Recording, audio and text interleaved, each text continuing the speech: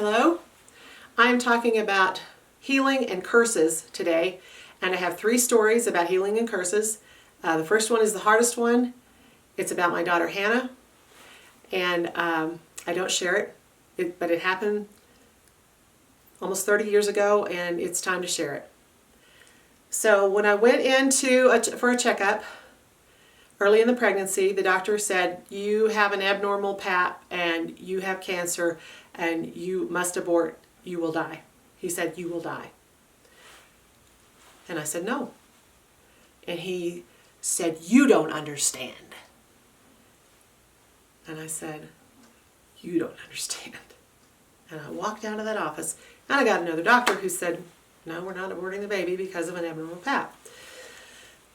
So this was with an HMO, and when it came time for Hannah to be born, you just took the doctor that was on call, which was a woman who was determined Hannah would be born on her watch, and began to give me Pitocin, and nothing was happening, and this went on for hours and hours and hours, and I had not had anything to eat, all day long, was getting very weak, and I thought, this is really bad for the baby.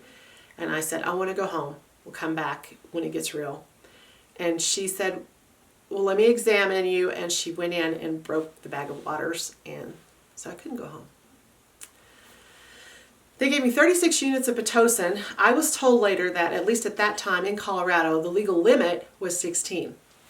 So you can only imagine what fun that kind of labor is and what it does to the baby.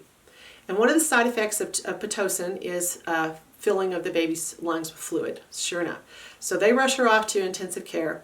I won't even go into what John and I are going through with all this. We go in there.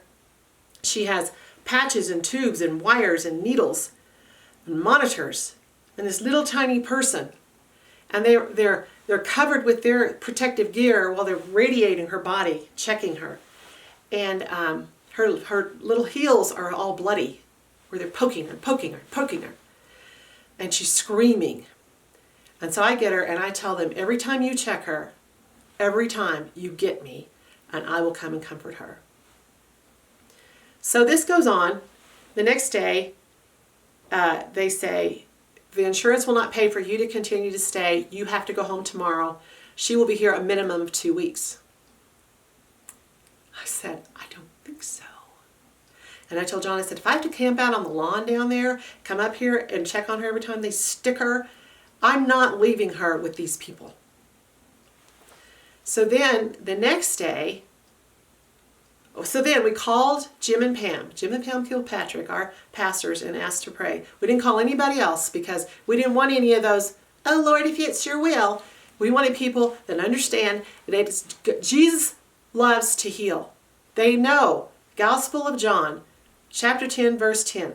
John 10:10. The thief comes to steal, kill, and destroy. But this is Jesus' words, I have come that you might have life, and you might have it abundantly. So, I was under no faith-destroying illusions about God being a schizophrenic monster that might need my baby in heaven, or any of that nonsense. So I called them, we prayed, they prayed.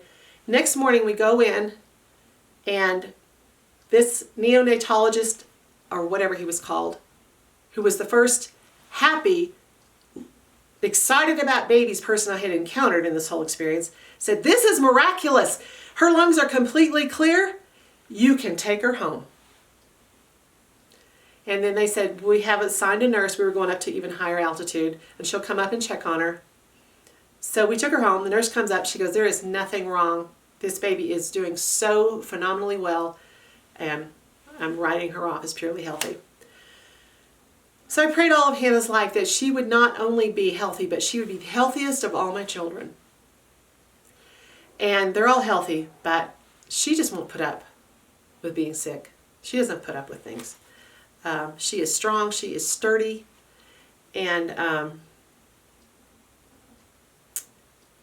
I could say more about that story, but I just want you to think about the catalyst here, the turning point there was when I said no. I said no to that doctor telling me I was going to die. Well, he doesn't know that. And even if I did, I'm going to abort my child? I don't think so. And then I said no when they said, you have to go home and you leave your baby here with us. They had stuck her so many times, her little heels were solid blood. There was nowhere left to stick her. And it was 11 months before she would let anybody touch her except me. It was so hard for John. She didn't want anyone except me because of that trauma.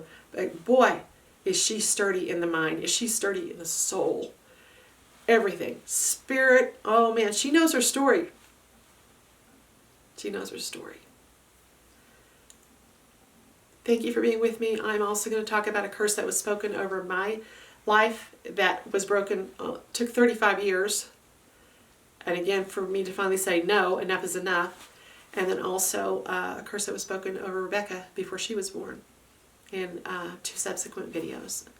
Thank you so much. I ask you to please subscribe to this, and I ask you to please share this. And if you have any comments, I welcome them. Thank you very much.